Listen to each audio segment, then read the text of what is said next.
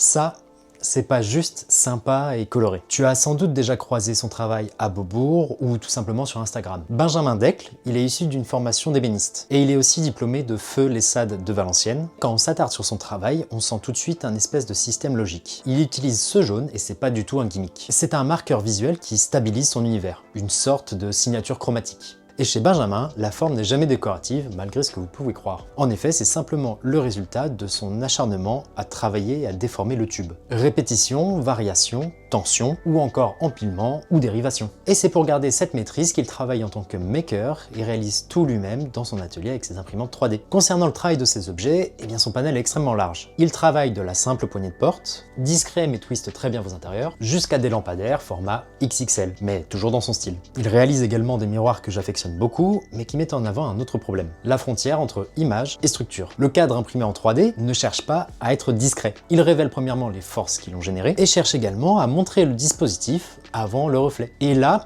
il vient juste de sortir Tic et Tac. Et ces petites horloges sont très fortes conceptuellement. Tic va traiter la question du temps comme une matière instable. Les chiffres glissent, se recomposent et se réécrivent.